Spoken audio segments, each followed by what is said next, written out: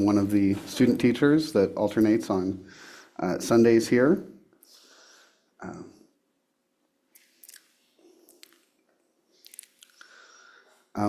Our practice this morning will be an alternation between two meditations, one focusing on our breath, where we'll settle our attention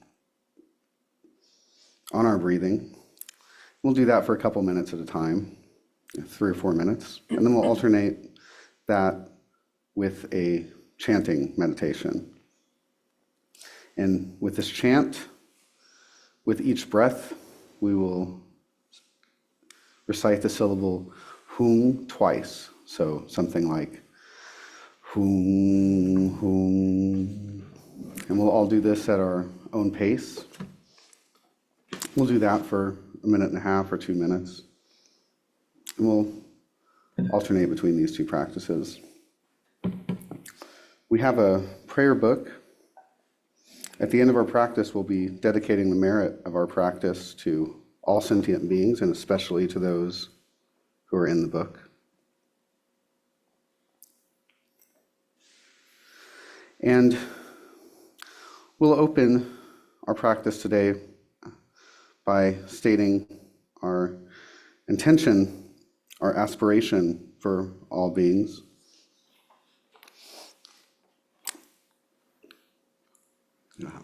Let's see how. So we'll start with the 4 boundless thoughts.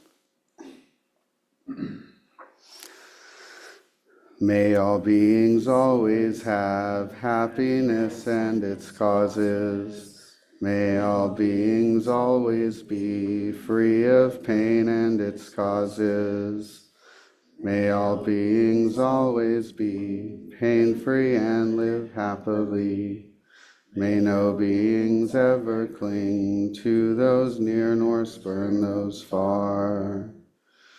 For as long as space abides, as long as the world remains, just so long may I be there, resolving all beings' pain.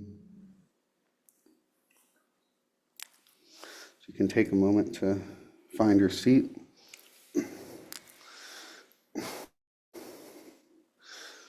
We want to sit with our backs straight, but not stiff. You can feel like your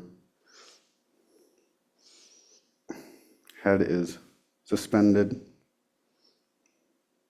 so that our shoulders and neck are also relaxed.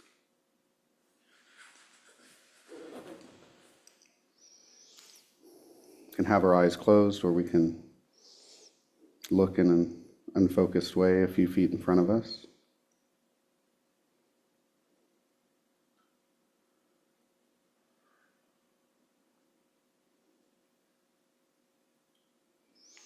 We have the 3 pillars as support when we sit on the cushion. First, we have our body, specifically our skeleton, that's holding us up, allows all our muscles to relax.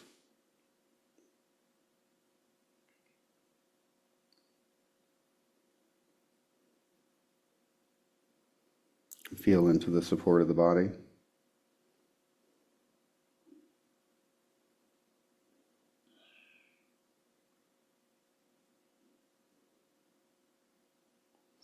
We have the support of our seat, underneath our seat, the very earth itself.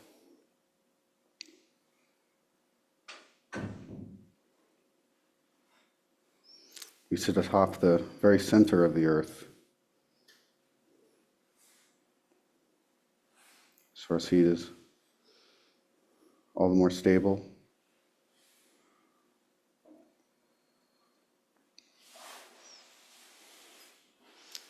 We can feel the support of our central channel, that column in front of the spine that runs from our base up through the crown of our head.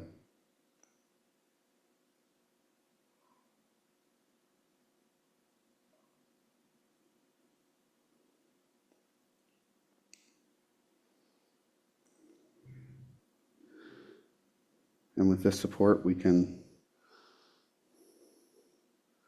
turn our attention to our breath, maybe at the tip of the nostrils, or maybe in the stomach, a few finger widths underneath the navel and inside the body.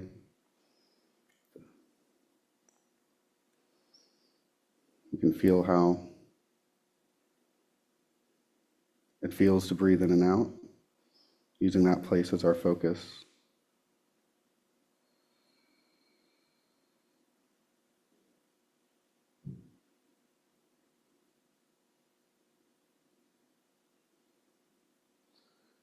Just watch that, experience that, what it's like to breathe in,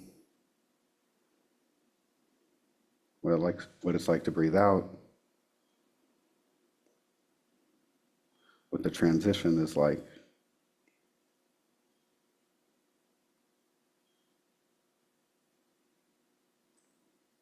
How sometimes the breath is long or sometimes it's short.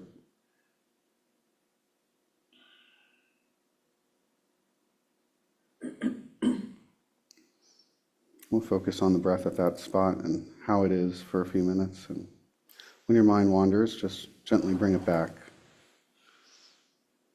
to that same spot.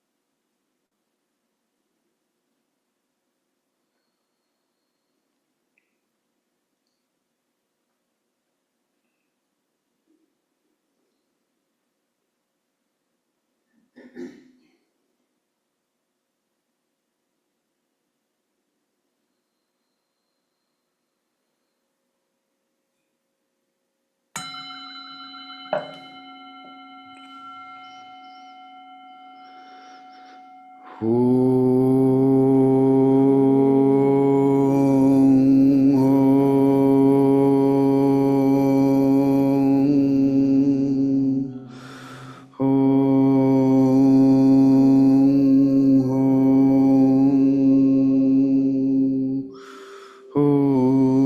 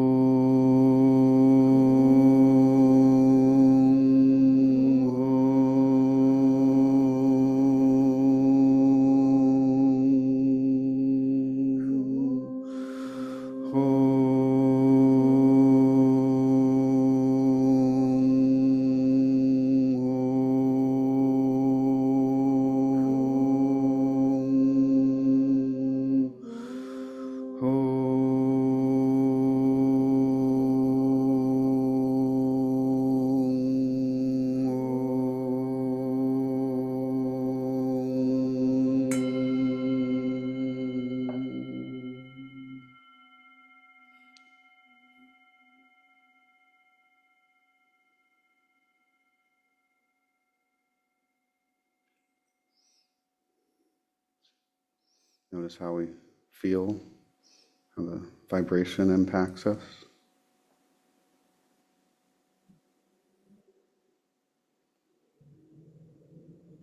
Turn our attention back to our breath, to that point where we were watching it before. Let's see what each breath is like this time. Just experience it, not trying to analyze anything. And when your mind wanders, bring it back.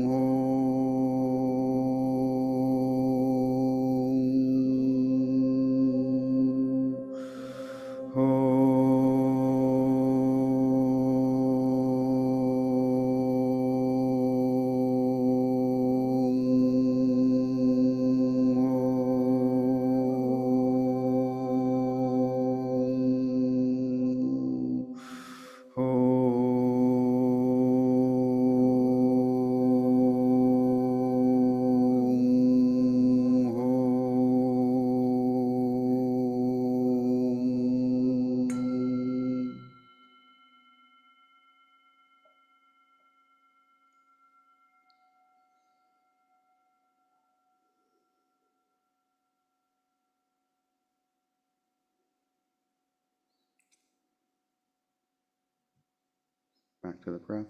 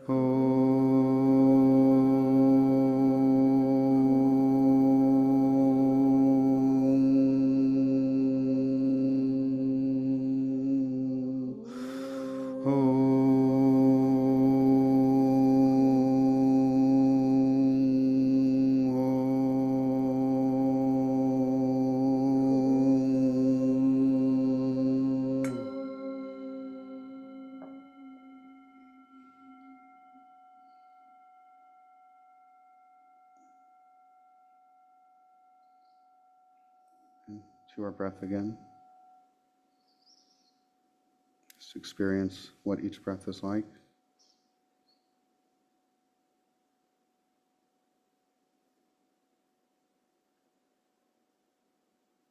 Meet it with some openness and some curiosity.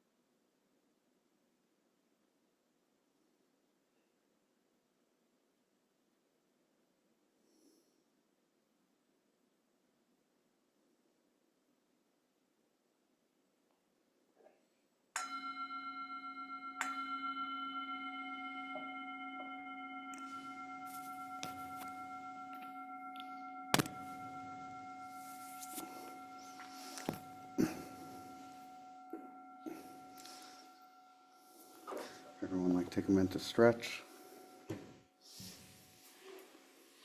Have some water.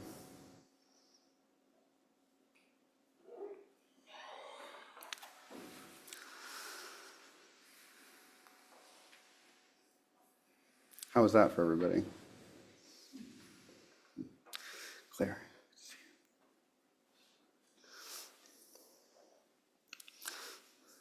Sure. Okay, thanks. This is the book we were talking about. So we've come to the part of our program here where we're reading from Pema Chodron's book called Comfortable with Uncertainty. And this is a book of some short 1-2 page chapters.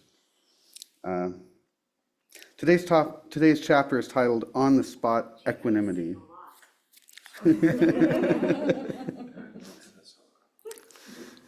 And, equanimity, we're talking about a certain evenness of temperament, of an openness to receiving whatever our experience is on its own terms.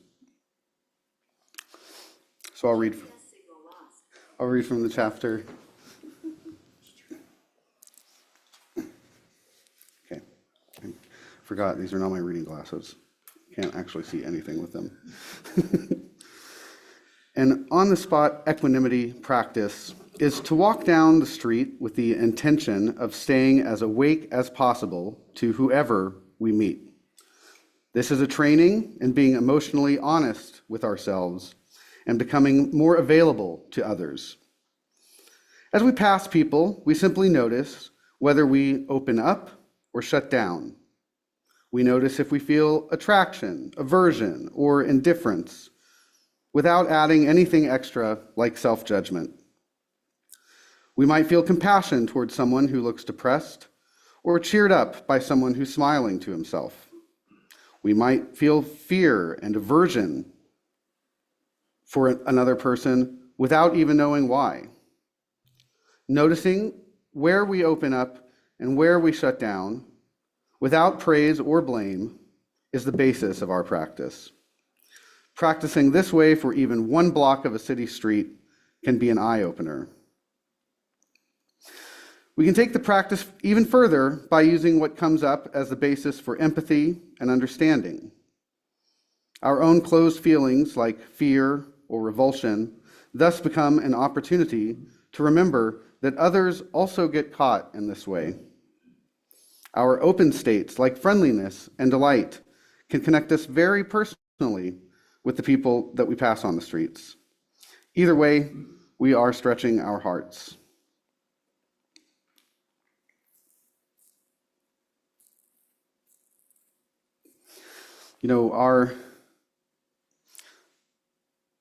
Some of our reactions are really quick, as animals, for danger assessment, for all kinds of reasons. When we see a person, we've made some determination about what we think of them in about the blink of an eye, right? Like about 200 milliseconds. And so this is just part of being a human being. And that's one of the reasons that in this practice we aren't trying to judge what we're doing or decide if it's good or bad or if we ought to react like this or that.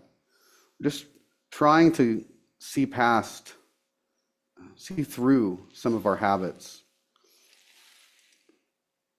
Normally by the time, we realize how we might have reacted to a thing, we've also told a story to explain or justify ourselves or placate ourselves.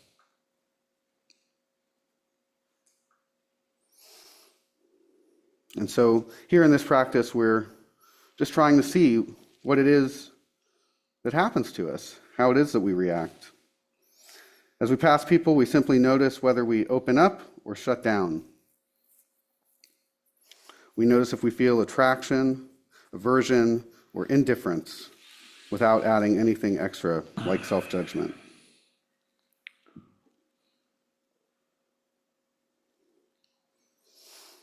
And as we get a better understanding of what our actual experience is like, what our reactive patterns are, then we also can appreciate the boat that other people are in is the same as ours. You know, it's very easy to get caught up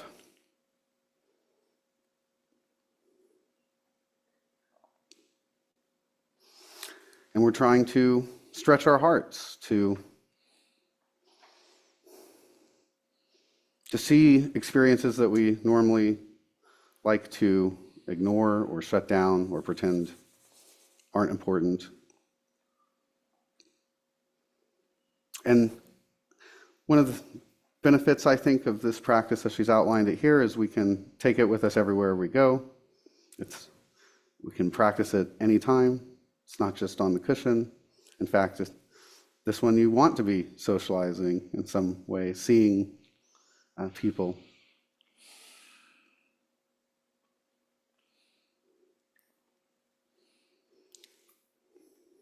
I don't know. Did the chapter make an impression on anyone? Anyone like to comment?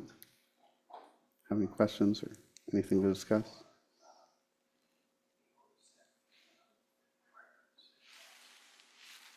Hey, Claire. Good to see you. Do we have a mic? Shane's got you. Selwa, you want to say something?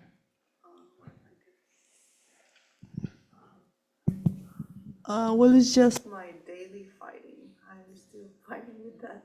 After all these years of meditation, it's hard for me to open to people who damage and destroy my world, our world. So I'm a human, and I'm still working on it. I'm still working on it.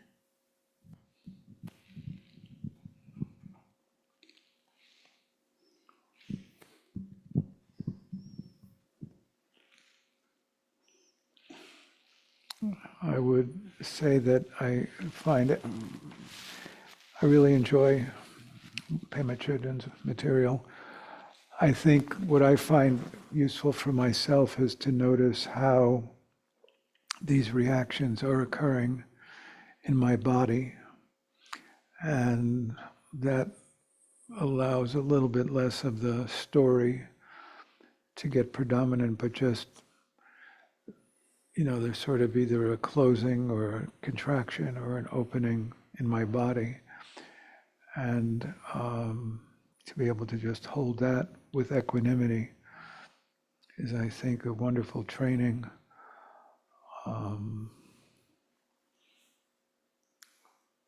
And I do think that there is a very natural empathy that can arise when we just see how reactive we are, that all beings are reactive, and just to appreciate we're all kind of in these pickles together.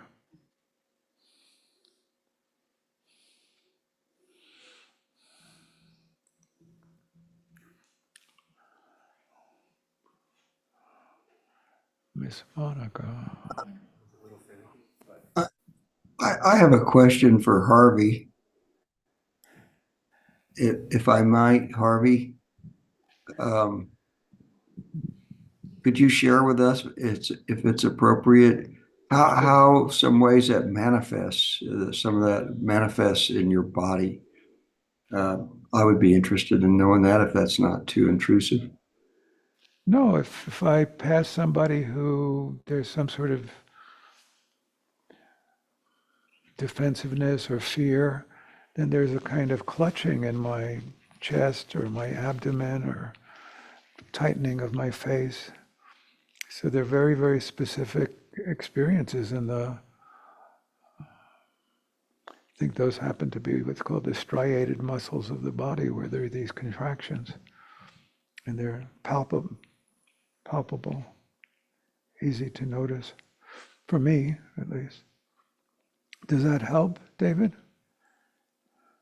Yeah, absolutely. Thank you. I mean, I think it takes some, obviously, practice and oh, awareness. Maybe for you it's more automatic now, but for me it would be something I would have to work on. Yeah, and I think I would encourage, one way to do this is maybe even in the extremes. I doubt you do this, but whatever might be the equivalent of a horror movie for you, and for you it might mean you've lost a file. But any like extreme situation, can you sense what's going on in your body? And it might feel like it's really hitting you over the head with a sledgehammer, but can you just, I've lost a file. What does that feel like in my body? My mouth is dry. All right, well, that's a physical sensation. Or my jaw is tense. You know, some people do go to horror movies, and I think sometimes it's actually to provoke a kind of feeling because there may be a generalized numbness. But, you know, sometimes we're watching something on the news and we're just horrified or we have a very extreme reaction. So the mantra would be, what am I experiencing in my body? Whatsoever. It could be my toe is tight, my stomach is tight, I have a headache, there's ringing in my ears. Just to gently and non-judgmentally be open to whatever experience is there. And in general, if you are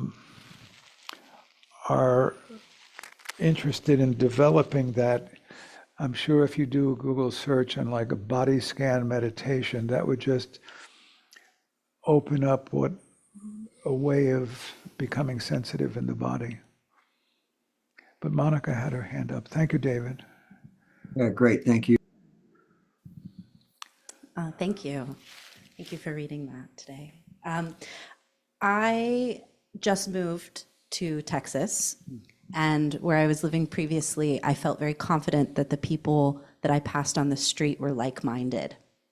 And I implanted myself here where I no longer feel confident that that's the case. And I've noticed a contraction in myself, in my body, in my just in my own energy and how I walk down the street. And I've noticed a lot more fear of, you know, is this person safe to share who I am? And there was a line in the reading that you gave today, and noticing those things can be an opportunity for self-compassion and for compassion for the other, in that I have that fear, and I imagine that they also have that fear. And so thank you for that. It kind of opened up a way of feeling more confident in who I am. I'm not excited to go try it. and really feel like, okay, I can be myself and I can be open because I'm the same as this person across from me, even though I don't know who they are or what they're going to think about me or how they're going to present themselves to me. And it's a fleeting moment. They're going to walk past me and then we'll be along on our way. So yeah, thank you. That's lovely. Yeah, thank you very much. Thank you. Annie? Oh. Annie? Well, thank you for that. It's always such a perfect it's like perfect guided meditation for the day. Thank you. I guess is the reading is about being present, I guess, right? Because when you were reading that, I was thinking like when I walk down the street, it's so easy to just get stuck in like my spinning thoughts, right? And like forget to sort of notice other people sometimes. So like being present. And I just want to say, like yesterday, I saw my brother, and we were having this discussion, and my goal is to be equanimous. I don't know, equanimous, but he was actually saying that he enjoys getting angry. And I found that to be so interesting. I don't know if it's like he's addicted to like a dopamine response or something, but like, when you get angry, your blood pressure goes up, your heart starts racing, you might hold your breath or whatever, but he actually likes that. And I was like, what is it about that you like? And he's like, well, sometimes it gets me going, or it makes me change my direction, or it makes me do something like, you know, to change something or whatever. So I found that really interesting. But I know it's a bunch of different things, but what do you have a thought to share on how to slow ourselves down though? Because I'm really working on that. Like if we lose a file in the computer, instead of like panicking, like I know we're supposed to like stop for a second, take a breath, and then feel how it feels. But so often it's not so easy to do that. So just wondering if you have like advice on how to slow down, you know? I think, well, two things. I mean, you brought up some lovely things that could be expanded on quite a lot. And just in brief, many people would say that A, the physiological experience of anger might be experienced as difficult for some, and some people would also say that anger is actually an adaptive emotion which leads people to set boundaries and to engage in appropriate behavior, let's say with respect to injustice. And there's a lot of energy in anger. And, again, not to go too far afield, in a couple of different spiritual traditions, they would say there's a lot of spiritual energy in anger in its purest form. So everybody's right, meaning it can be difficult physiologically for some of us, especially if there are internal restraints against it. So then you're in a kind of maybe unconscious war. I'm feeling anger, but I shouldn't feel anger, and that can create its own kind of friction. But in its purity, there's a kind of pure energy to anger. And your brother may be a little bit more in touch with that. I think the second part of your question is, in a way, the $64,000 question, namely, even on Tuesday night, we were talking about, samsara, and it's a cycle, and Buddha said that he had stopped. Well, in a way, the whole project is how do we stop? And you're bringing it up at the most granular level. And I think that doing our Sunday meditations are providing us with some of the tools of training us in observation. The other thing being, so let's say we get in a panic when we've lost a file on our computers, which we all do nowadays. What is the quickest point at which you can say, I've lost it completely, and at least at this point I can remember, what am I feeling right now in my body? Now that might be 2 hours in at this point, or maybe 2 days in. Ideally, from 2 days, it becomes 1 day, it becomes 2 hours, it becomes maybe 2 minutes, and then maybe at some point 2 seconds, and maybe at some point you're just aware I'm about to flash and it vanishes. But I think it's a practice, and the best practice is without judgment. At the moment when you can do something, do something. I recognize now that I've lost it. What does it feel like now that I just spent 2 hours being lost? What am I feeling in my body? And it'll be something very, very particular usually that you will feel. And then there's a kind of recursive loop of training where slowly you become more aware of it, and more able to emerge from it. There's no digital process here. It's really analog, and it's slowly over time. But I think you're asking the right question and having the right aspiration. So good for you. Thank you.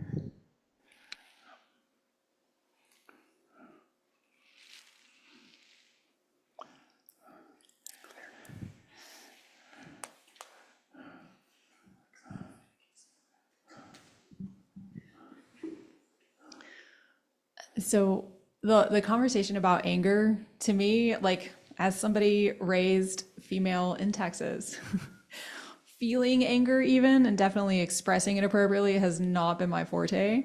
And I think there's a lot of like things in Buddhism that sound like you're never supposed to feel it. But the reflection that I wanted to share was, I feel that like at this point, however many decades into practice, to me, it feels like there's a big difference between feeling the anger in my body or even feeling states like when I'm exercising and it's physiologically similar to anger, like feeling it and being able to to feel the part of me that needs to be able to feel that way.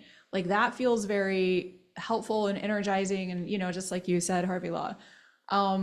And I feel like there's also this like kind of unhealthy form of anger where I'm directing it at someone. So like rather than just feeling it, it's like it's not that it's my anger, it's that that person is a terrible person and maybe they need to fly off the planet in like a freakish loss of gravity incident. And like that one to me kind of feels toxic. I mean, there's a couple of people though, gravity stopped working. I wouldn't complain. But like to me, that feels like, and I mean, also kind of thinking about Selwa's question, like in a time of a lot of division, like how can I feel the inappropriateness of certain actions without just mirroring the kind of like othering and hatred that I feel, might be directed at certain folks. Anyway, I just wanted to share that reflection because for me, it's been a long, long process. Yeah, so just again, quickly, again, it could be a long conversation. I think one of the things you're ending up distinguishing is, in a way, a difference between hate and anger.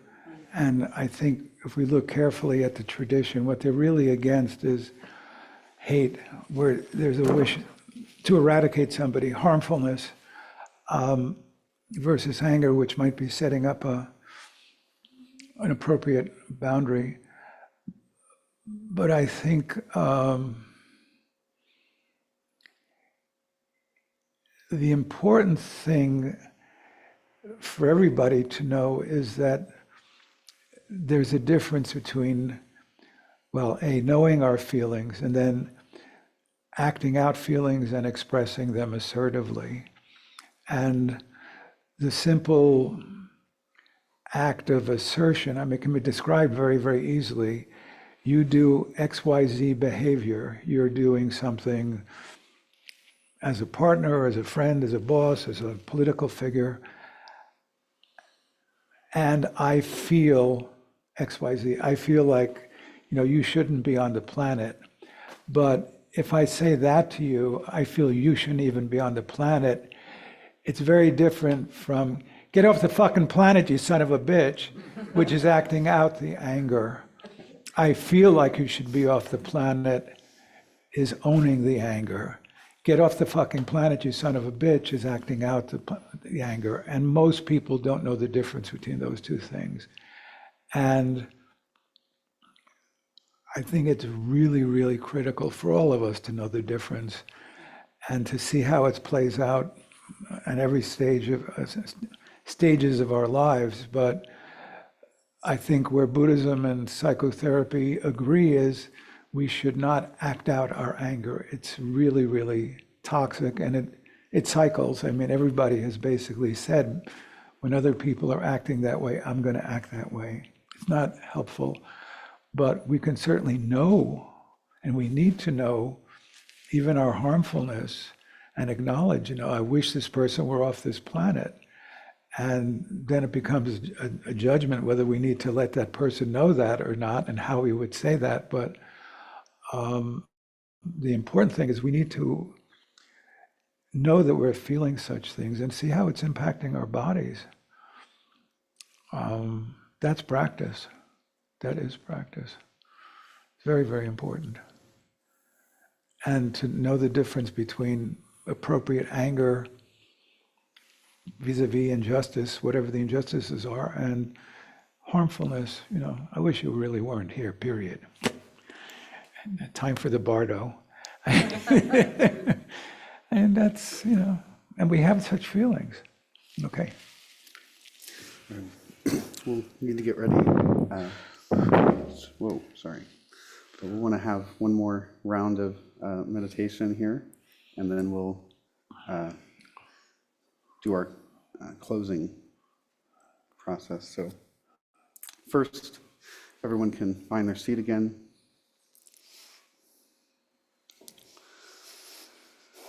Feel that support. Relax our shoulders. Relax our whole body, really. Turn our attention to the breath. And we'll do this for a few minutes.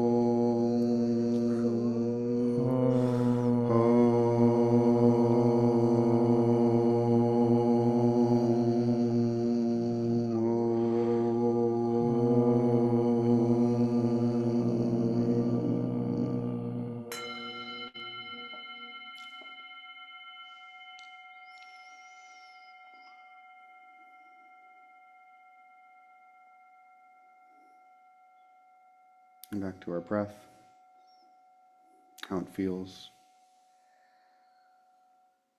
in our body.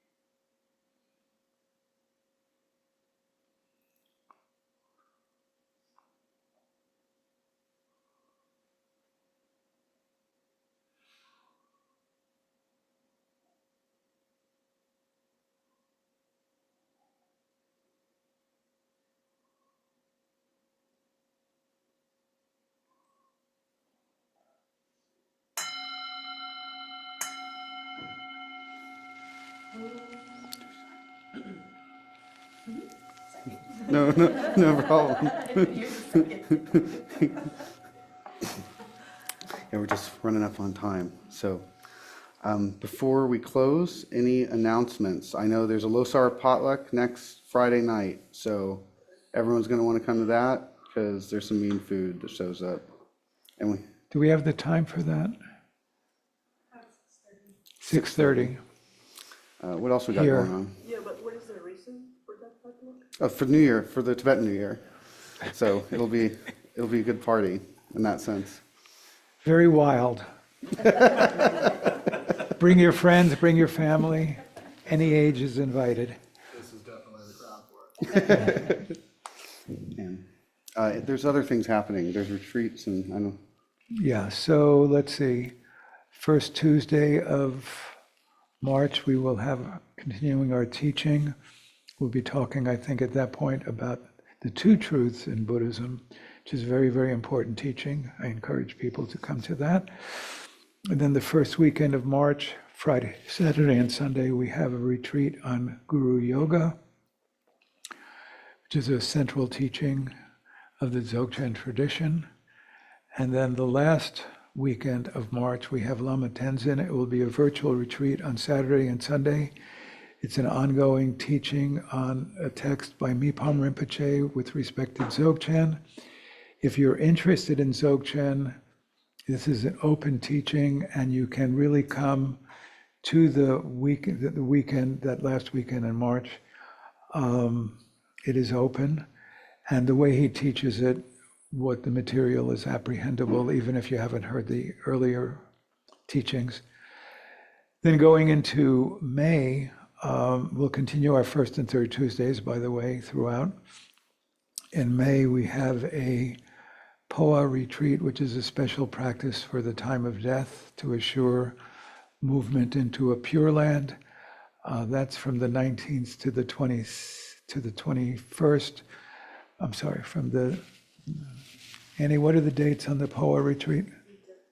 19th, 12th to the 19th, correct? What? The 19th to the 24th. So Monday the 19th until Friday. No. That's the second retreat. Oh, the 12th. Thank you. 12th to the 18th is POA, and then the 19th to the Or the May retreat, the 19th to the 23rd. 23rd. We have a Tibetan teacher named Khenpo Yeshe who will be with us teaching a very, very special text by Jigme Lingpa, which is an aspirational prayer with respect to the ground, the path, and the fruition of Dzogchen. But what you need to understand is that it's not just a prayer, it is a practice, and it is a transmission of the reality of Dzogchen. So if you're interested in that, and that will be open to everyone as well. He actually just told us recently that he learned this when he was quite young, when he was introduced to Dzogchen, and especially Longchen Nyingtik, and especially Jigme Lingpa. And he memorized it, and he has been praying it every day since then. So we would be hearing this from someone who's really been living it. And Yeah, so important to understand that we may have our own understanding what a prayer is, but here a prayer is actually A, a prayer, B, a kind of guideline for practice, and C, a transmission of spiritual information from teacher to student.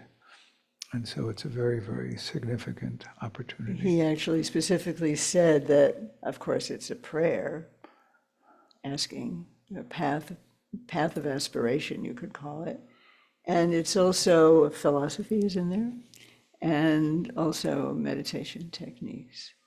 So he will speak about that. And we have been reading with him for a couple of years on and off, and he's really, really outstanding. So I've been very much wanting a time to come and introduce him to you folks. He's come to some of my Rise classes also last few years, not come online.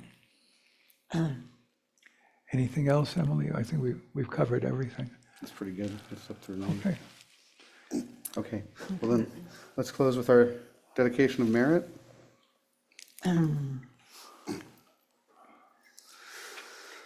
By this good may I swiftly once become a great guru, lead all beings, everyone, to reach to that very ground. With all of you in mind we light this lamp of clarity. May the glow of love, wisdom shine within us, everyone, till we all rise forth born in one enlightened mandala. We dedicate the merit of our practice to all beings, but especially to Camachos, Andrew, Ben, Tlaylock, Kaisu, Gary, Best, Beta, Anna S., Mom, Danny, Valerie, Darcy, Amy, Nancy, Tex, Maxwell, Roberto, Romero's mom and dad, Andrea, Mom, Margie, George, Alexis, Little Johnny, Ukraine, laid off federal workers, all victims of war and injustice, Patrick Martin in the Bardo, Dennis Rose in the Bardo, John Shea in the Bardo, Greg Morris, Deer with broken leg, Guy at library, confusion, Domino Sweet, and I think Aretu. Stacy Palenka's mother in the Bardo. And we can close with, we'll chant the syllable ah together, You guys, one breath. please unmute and sing with us online.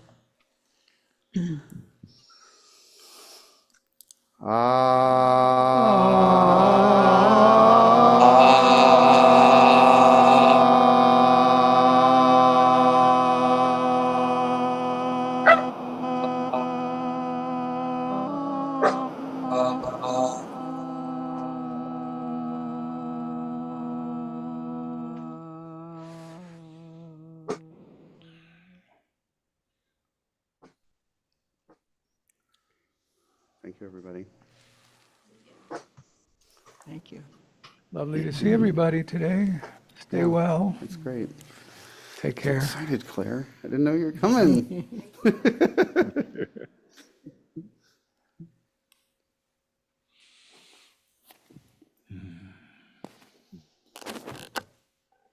Thank you.